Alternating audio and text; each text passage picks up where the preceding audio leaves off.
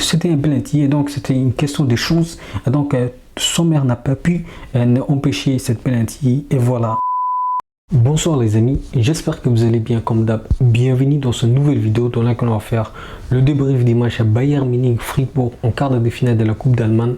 Mais les gars, avant ça, n'oubliez pas de me suivre là où je suis le plus actif sur Twitter. Et surtout, j'ai récemment créé pour vous, uniquement pour vous, un serveur Discord pour discuter ensemble en communauté. Et donc n'oubliez pas de me rejoindre sur Discord et surtout de me suivre sur Twitter. Allez, place au débrief maintenant. Le Bayern Munich qui s'incline à domicile contre Fribourg en quart de finale de la Coupe d'Allemagne. Fribourg qui bat le Bayern Munich pour la première fois de son histoire à domicile à Allianz Arena. C'est historique, mais aussi les gars, cette défaite nous montre également que le Bayern Munich est toujours la même. Le Bayern Munich est toujours le même. Et donc je pense que ce soit Tuchel ou que ce soit Julian Nagelsmann, le résultat il est toujours là. L'échec il est toujours là. Le Bayern Munich encaisse toujours depuis. Le Bayern Munich dont le jeu est frileuse. Donc pour moi les gars, je pense que le Bayern Munich était poussif dans cette première période, poussif parce que le Bayern Munich commettait plus de déchets techniques et surtout il n'y avait vraiment pas de combinaison qui amenait jusqu'au but. Donc c'est ça la difficulté du Bayern Munich. Et de l'autre côté, Fribourg était vraiment juste. Fribourg était juste dans tout ce qu'elle faisait. Et c'est ça qui a amené Fribourg de marquer le but. Et mais quel but de Fribourg. Et Sommer, il ne peut rien faire. Il ne peut rien faire parce que c'était une frappe vraiment bien tirée de la part de Fribourg. Et donc voilà les gars, c'était une première période vraiment fermée, même si les deux équipes ont marqué chacun d'eux. Mais pour moi, la première période, c'était un match vraiment fermé. Une première période fermée. Et donc, les deux joueurs que je peux citer dans cette première période, c'est Leroy Sané qui a retrouvé vraiment la confiance, c'est-à-dire la confiance que Tuchel lui a donnée. Donc, il s'en sort vraiment bien dans cette première période. Et surtout, depuis que Tuchel est venu. De l'autre côté, un Alphonso Davies qui n'était pas là, mais pourtant c'était un João Cancelo qui jouait à sa place. Et donc João Cancelo, je pense qu'il a vraiment fait un bon match parce qu'il s'est projeté. Et surtout, la particularité d'aujourd'hui, c'est que João Cancelo, il défendait vraiment exactement et justement. Et c'est ça qui était spécial dans cette première période de la part de Leroy Sané et João Cancelo. Et donc voilà. Non les gars, en deuxième période, je pense que le Bayern Munich, même si le Bayern Munich continuait ses tentatives qui ne donnaient absolument rien de concret, parce que en deuxième période, le Bayern Munich était encore moins efficace, et de deux, Fribourg défendait encore plus dans cette deuxième période. C'est ça ce qui a encore compliqué les choses. Et le Bayern Munich n'a vraiment pas trouvé la solution, même si l'entrée de Jamal Musiala et Serge Gnabry ont un tout petit peu changé les choses sans vraiment avoir de résultats concrets parce que ça a encore poussé le Fribourg de défendre encore plus.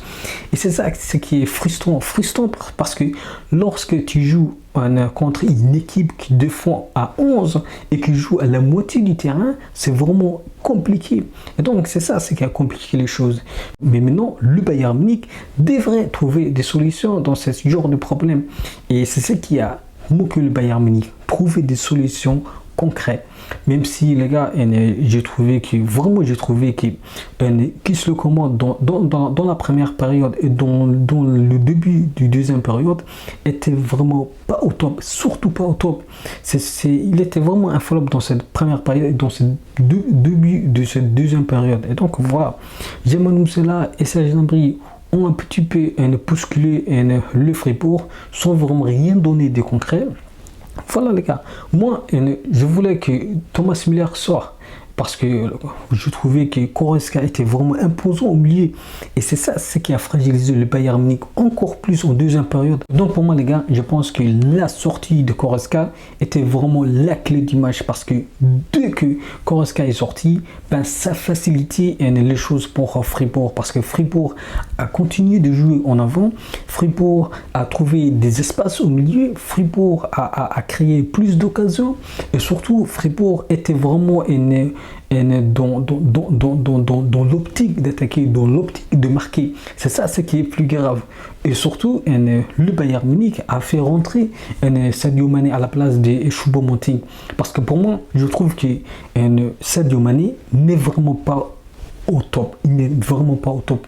Parce que Choupo-Moting, à la différence de Sadio Mané, Choupo-Moting, c'est un joueur qui est bon dans le duel, c'est un joueur qui est bon dans le combat aérien, c'est un joueur qui est bon et surtout c'est un joueur qui permet au milieu, que ce soit Kimmich, que ce soit Goretzka, de faire de combinaisons intelligentes.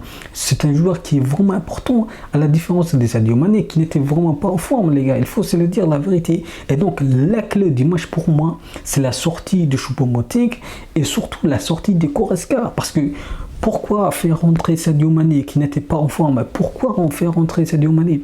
Et surtout, pour moi, je pense que Goretzka, il était vraiment en forme, il était vraiment imposant dans le milieu. Il s'est projeté comme d'habitude en avant. Et c'est ça la perspective de se projeter en avant. C'est ça ce qui a manqué au deuxième période, le Bayern Munich. Et donc, c'était l'erreur fatale de Thomas Tuchel. Voilà, les gars. Et c'est ce qui a permis le Fribourg de retrouver plus de confiance et d'aller encore plus en avant. Et à la 93e minute, ben voilà, penalty pour Fribourg sur une main de Jamal Musiala. Et voilà, Yann Sommer, au lieu d'être vraiment important dans ce genre de moment, il n'était pas vraiment important parce que c'était un penalty et donc c'était une question de chance. Et donc, Sommer n'a pas pu empêcher cette penalty et voilà. Donc première défaite de Thomas Tuchel sous la couleur du Bayern Munich.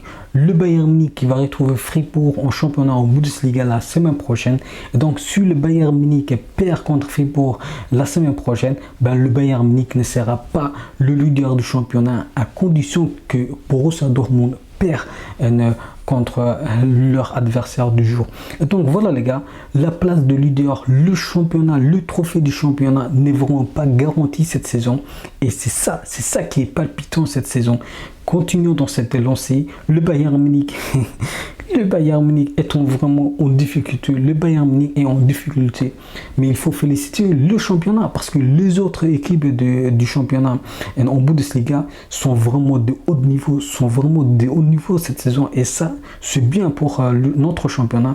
Et voilà les gars, c'est une bonne chose. Mais une mauvaise chose pour nous parce que ça va être difficile de remporter aujourd'hui et surtout cette saison le trophée du championnat, la Bundesliga. Et donc voilà les gars, c'est difficile d'encaisser cette défaite contre Fribourg en Coupe d'Allemagne, mais il faut encaisser et il faut l'assumer les gars, il faut l'assumer. Et d'ailleurs, je ne comprends pas pourquoi Alphonso Davies était sur le banc. Je ne comprends pas. Il faut me donner des réponses les gars. Voilà les gars.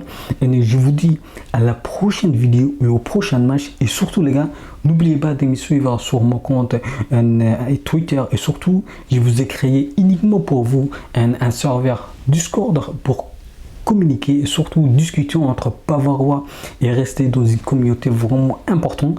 Je vous invite dans mon Discord et je vous dis au prochain match.